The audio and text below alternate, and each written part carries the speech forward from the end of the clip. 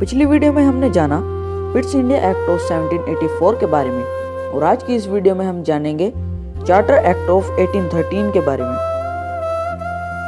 1740 में यूरोप में industrial revolution की शुरुआत हो गई थी और जैसा कि इस इंडस्ट्रियल रेवोल्यूशन की शुरुआत ब्रिटेन से ही हुई थी, रिजल्ट में ब्रिटेन दुनिया के सबसे बड़े इंडस्ट्रियल कंट्रीज की लिस्ट में टॉप पे था।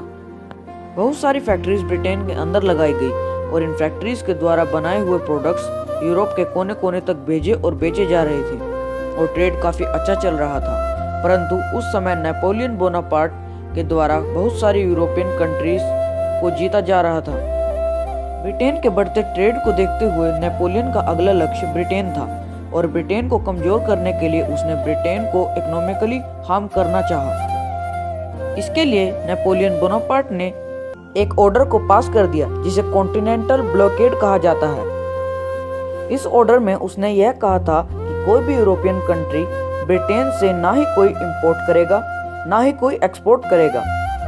स्पेन और रशिया जैसे यूरोपियन कंट्रीज नेपोलियन के द्वारा इन्वेड किए जा चुके थे और इन्हीं कंट्रीज के साथ ब्रिटेन का ट्रेड बहुत ज्यादा होता था। ब्लॉकेड के कारण इन कंट्रीज ने ब्रिटेन के साथ ट्रेड बंद कर दिया। इससे ब्रिटेन को काफी नुकसान हुआ। नेपोलियन के इस ऑर्डर से ब्रिटिश ट्रेडर्स को काफी नुकसान हो रहा था। नेपोलियन ने उनके ट्रेड करने के सारे रास्ते बंद कर दिए थे और इंडिया और बाकी ईस्टर्न कंट्रीज में ट्रेड करने की मोनोपोली ब्रिटिश गवर्नमेंट ने ईस्ट इंडिया कंपनी को दी थी। ब्रिटिश ट्रेडर्स की समस्याओं का निवारण ब्रिटिश गवर्नमेंट ने चार्टर एक्ट 1813 को पार्लियामेंट में पास करके किया। 1600 एडी में जब से ब्रिटिशर्स इंडिया में आए थे तब से ब्रिटिश गवर्नमेंट ने इंडिया और ईस्टर्न कंट्रीज में ट्रेड करने का अधिकार सिर्फ ब्रिटिश ईस्ट इंडिया कंपनी को दिया था। मतलब दूसरी ब्रिटिश कंपनीज इंडिया में ट्रेड नहीं कर सकती थी। ब्रिटिश गवर्नमेंट के चार्टर एक्ट 1813 के द्वारा ईस्ट इंडिया कंपनी के इन क्षेत्रों में ट्रेड करने के अधिकार को कम कर दिया गया। अब ईस्ट इंडिया कंपनी सिर्फ चाय का व्यापार और चाइना के साथ ट्रेड कर सकती थी। इस कारण अब ईस्ट इंडिया कंपनी के अलावा दूसरे ब्रिटिश ट्रेडर्स और कंपनीज भी भारत में ट्रेड कर सकते थे। इसकी वजह से ब्रिटेन के प्रोडक्ट्स की बिक्री भी यहाँ बहुत होने लगी। इसके रिजल्ट में इंडियन इंडस्ट्रीज को बहुत नुकसान होने लगा। धीरे धीरे इंडियन इंडस्ट्रीज की संख्या कम होती चली गई। एक समय ऐसा आया कि इंडिया में सिर्फ ब्रिटिश प्रोडक्ट्स का ही यूज होने लगा और इंडियन इंडस्ट्रीज बर्बाद हो गई।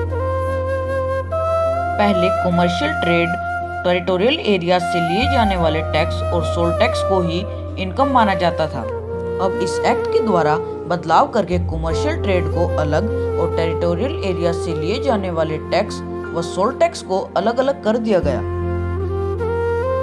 नंबर 1, ईस्ट इंडिया कंपनी को प्रति वर्ष भारतीय लोगों की शिक्षा हेतु 1 लाख की राशि को खर्च करना होता था, जिसके द्वारा भारतीय लोगों के लिए अच्छी शिक्षा का अवसर बना।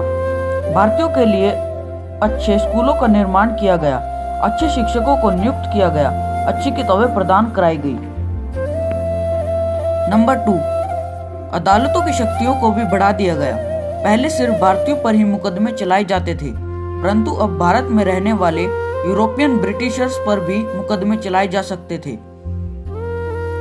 नंबर 3, ईसाई मिशनरी जो भारत में आकर अपने धर्म का प्रचार करना चाहते थे, उन्हें भी चार्टर एक्ट 1830 के द्वारा भारत में अपने धर्म का प्रचार करने की अनुमति दे दी गई।